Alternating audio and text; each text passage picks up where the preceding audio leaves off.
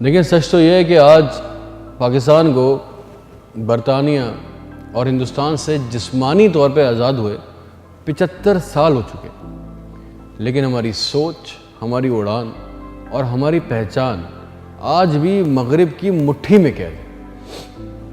ہم 75 سال 75 ایئرز گزر جانے کے بعد بھی دنیا پہ یہ راز آشکار نہیں کر سکے کہ آخر آج سے 75 سال پہلے لاکھوں قربانیاں دے کر، قیمتی جانوں کی قربانیاں دے کر کیوں آزادی حاصل کی تھی؟ ہمارا مقصد کیا تھا؟ دنیا یہ جاننے کے لیے منتظر ہے کہ ہم ایک آزاد وطن حاصل کر کے کرنا کیا چاہتے تھے۔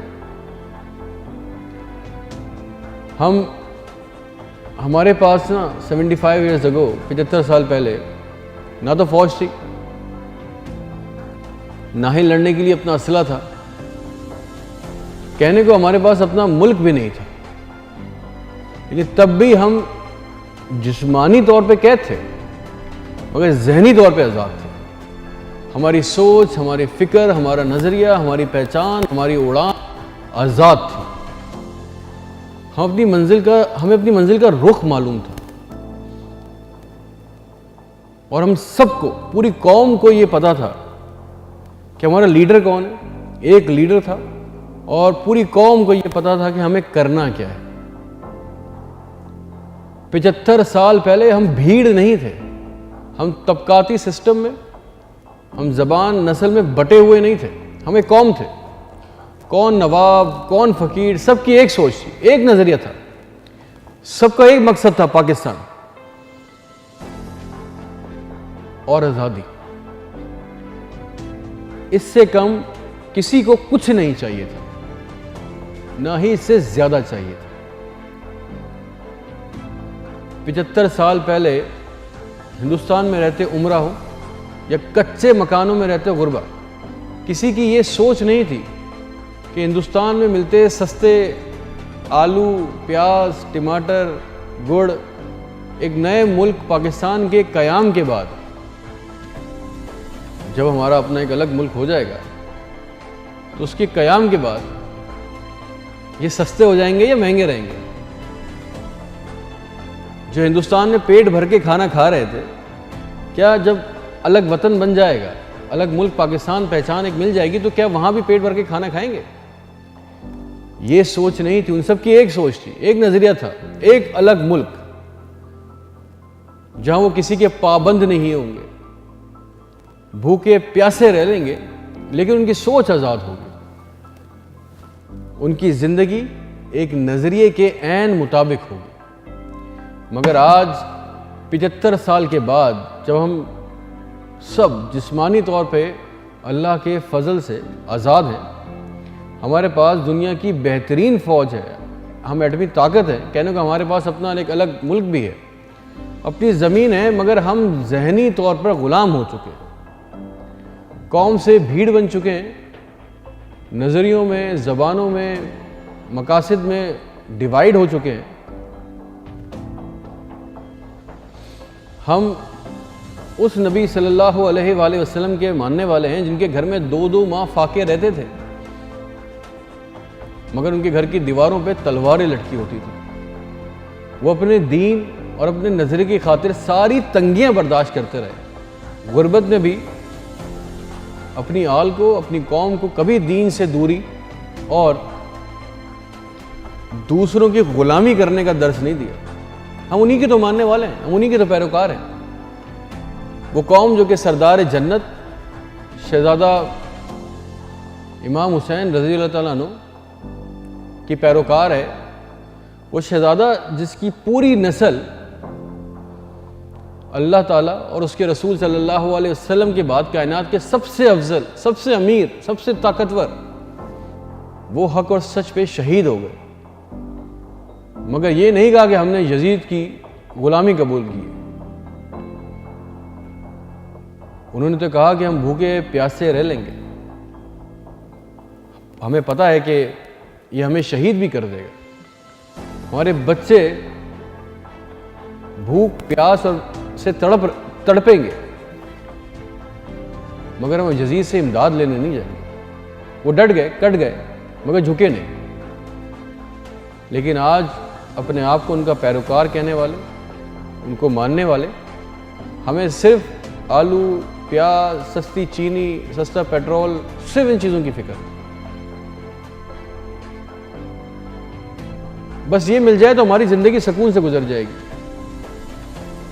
برسوں لگے مجھے یہ بات سمجھانے میں کہ سستے آلو، سستے پیاز، ٹماٹر، ان چیزوں سے قومیں نہیں بنتی۔ ہم نبی پاک صلی اللہ علیہ وسلم کے پیروکار ہیں، جو کئی ماہ پیٹ پہ پتھر باندھ کے بھی ایک عظیم ترین قوم بنا گئے۔ ہم ان کے امتی ہیں۔ ہم حسین ابن علی کے پیروکار ہیں، جو بھوک پیاس میں سر کٹوا کر، شہید ہو کر، اسلام کا علم بلند کر کر تا قیامت امر ہو گئے۔ مگر آج ان کے پیروکار، ان کے امتی، جن کے ہاتھ میں اسلام کا جھنڈا ہے، وہ اپنی مذہبی اور قومی غیرت محض اس لیے قربان کیے جا رہے ہیں روزانہ کی بنیادوں پہ کہ ہمیں اچھی نوکریاں مل جائیں، ہمیں بیرونی امداد مل جائے، ہمارے ملک میں اشیاء خرد و نوش سستی ہو جائے۔ اگر ہم ان مسائل میں گھرے رہے تو انہی مسائل میں ہی گھرے رہیں گے۔ بات سمجھنے کی ہے کہ ہمارا مقصد کیا ہے، ہم نے الگ ملک کیوں حاصل کیا تھا؟ کیونکہ ہندوستان میں مہنگائی تھی، پاکستان میں مہنگائی کم ہو گئی۔ ہم نے لاکھوں قربانیاں کس لیے دی تھی؟ ہمارے خواب تھے۔ ہمارے لیے علامہ اقبال، قائد اعظم محمد جناح کو رب کائنات نے کسی مقصد کے لیے بھیجا تھا۔ ہمارے لیے ہندوستان میں وقت کے کتب اور ابدال رب العالمین نے کسی اور مقصد کے لیے بھیجے تھے بھائی۔ ہمارے لیے نبی دو جہاں صلی اللہ علیہ وسلم نے کسی اور وجہ سے فرمایا تھا کہ مجھے مشرق سے ٹھنڈی ہوائیں آتی ہیں۔ ہمارے مقاصد میں دین کی سرفرازی تھی، سر بلندی تھی، نہ کہ سستے آلو، چینی، ٹماٹر تھے۔ بھائی غربت میں بھی قومیں بن جاتی ہیں، بغیرتی میں نہیں بنتی۔ پاکستان غربت اور مفلسی میں بنا تھا نا۔ کسی نے اگر تاریخ کا مطالعہ کیا ہو تو سب کو پتہ ہے، لاکھوں عمرہ اور جاگیرداروں نے غربت اور مفلسی کو گلے لگا کر وطن عزیز کو، جو اپنے وطن کو حاصل کرنے کے لیے سب کچھ بخش دیا، ورنہ انہیں کیا کمی تھی ہندوستان میں بتائیے؟ محلات تھے، جائیدادیں تھیں، زمینیں تھیں۔ اگر وہ بھی یہی سوچتے کہ یار یہاں تو زندگی اچھی ہے، سکون ہے، سب کچھ سستا ہے، تو آج شاید ہمیں یہ آزاد ملک نہ ملتا۔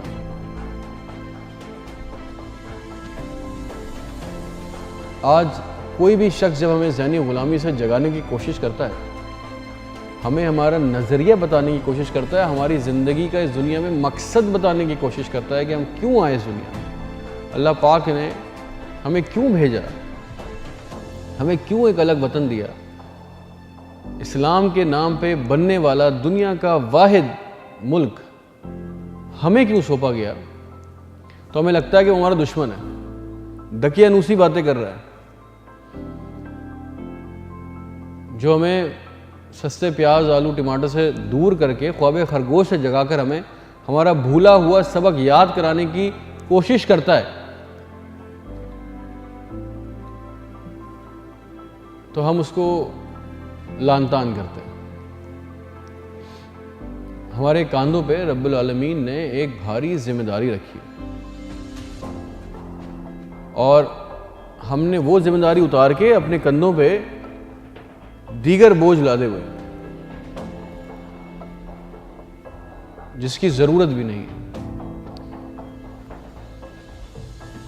ہمیں ذہنی طور پہ مفلوج ہیں، ہم سب ذہنی طور پہ مفلوج ہیں، کبھی چین کی جانب دیکھتے ہیں، کبھی امریکہ کی جانب، کبھی برطانیہ کی جانب، تو کبھی سعودی عرب کی جانب، کبھی ادھر ہاتھ پھیلاتے ہیں، کبھی ادھر ہاتھ پھیلاتے ہیں کہ یہاں سے شاید کچھ مل جائے، کبھی یہاں سے شاید کچھ مل جائے، تو چلو زندگی کے 4 دن اور سکون سے گزر جائیں گے، اور اس کے بدلے ہم دے کیا رہے ہیں؟ اپنی آزادی، اپنی سوچ، اپنی فکر، اپنا مقصد، اپنا نظریہ، یہ سب کچھ گروی رکھ چکے، مگر لا حاصل کیا ملا؟ دنیا میں عزت کے ساتھ ساتھ سستا اور خالص بھی وہی کھاتے ہیں جن کی اپنی کوئی سوچ ہوتی ہے، اپنا ایمان، اپنا نظریہ ہوتا ہے، جو اپنی مرضی سے ڈٹ کر چلنا جانتے ہیں، ورنہ غلامی بھاری قیمت پر بھیک بھی ملتی ہے اور اس بھیک میں دی ہوئی روٹی کے بدلے آپ کو غلام بنا دیا جاتا ہے۔ دوستوں، ایٹم بم اور طاقتور فوج اور مضبوط قلعے انسان کو جسمانی آزادی سے، غلامی سے تو نجات دلوا دیتے ہیں، لیکن ذہنی غلامی ان سب چیزوں کو ریت کی کچی دیوار بنا دیتی ہے۔ کل ہمارے پاس کچھ بھی نہیں تھا، ہم پھٹے پرانے کپڑوں میں بھوکے پیٹ ہجرت کر کے اپنے ملک کی خاطر یہاں پہنچے تھے، لیکن ہمارے جذبے نے کفر کی ایوان ہلا دیے تھے۔ ہم نے دنیا کی امامت کی ہے، ہم نے پوری دنیا میں اسلام کا جھنڈا لہرایا ہے، مگر آج ہمارے پاس ایٹمی قوت ہے، دنیا کے واحد اسلامی ملک ہیں جن کے پاس ایٹمی قوت ہے، مگر ہم ہیں غلام، کیونکہ ہم بھیک مانگتے پھرتے۔ ہمیں اپنی آسانی یہ لگتی ہے کہ کسی ملک کے آگے ہاتھ پھیلا لیں، کچھ پیسے لیں اور اپنا سب کچھ لٹا کے 4 دن سکون سے گزار دیں۔ ہم اغیار سے ملنے والے ٹکڑوں پہ پل رہے ہیں۔ اس کی وجہ یہ ہے کہ ہم اللہ تعالیٰ کے حکم اور اس کے سونپے گئے مقصد سے روح گردانی کر رہے ہیں، سب کچھ کر رہے ہیں۔ اچھا بتائیں، پاکستان میں جتنی حکومتیں آئیں، کیا انہوں نے یہی سب کچھ نہیں کیا جن کا میں نے ذکر کیا؟ IMF، ورلڈ بینک، برطانیہ، سعودی عرب، ایک حکومت تو زکوٰۃ کے پیسے تک لے آئی سعودی عرب سے، اس کے باوجود بھی لیکن ہم ذلیل و خوار ہی ہو رہے ہیں۔ کون سی عزت ملی ہمیں؟ حالات بس سے بدتر ہی ہو رہے ہیں نا۔ ڈالر 200 روپے سے اوپر کراس کر گیا ہے، کویتی دینار 400 روپے ہونے والا ہے، ذلیل ہی ہو رہے ہیں، خزانے خالی ہیں، بچوں کے پڑھنے کے لیے اسکول نہیں ہے، علاج کے لیے ہسپتال نہیں ہے، مہنگائی عروج پہ ہے اپنی۔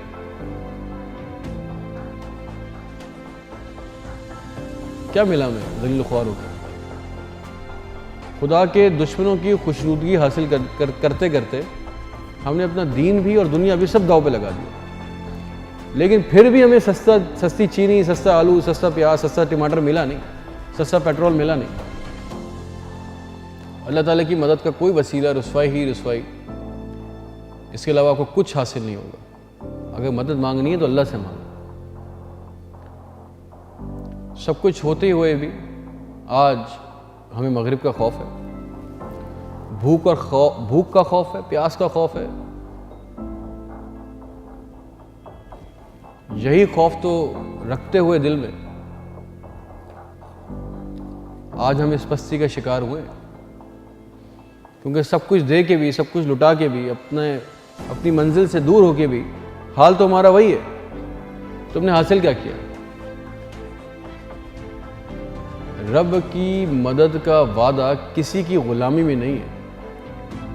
کل 75 سال قبل جنہوں نے پاکستان کے خلاف جا کر کفار کی مدد کی تھی، آج ان کی نسلیں پوری دنیا میں ذلیل و خوار ہو رہی ہیں۔ نام لیتا جاؤں گا، درجنوں ایسے نام، ان کو آج علامتی طور پر ان کے نام استعمال کیے جاتے ہیں، غداری میں، گالیوں میں۔ آج ان کے بچے گمنامی کی زندگیاں گزار رہے ہیں، آج ان کی نسلیں چھپ کے زندگیاں گزار رہی ہیں۔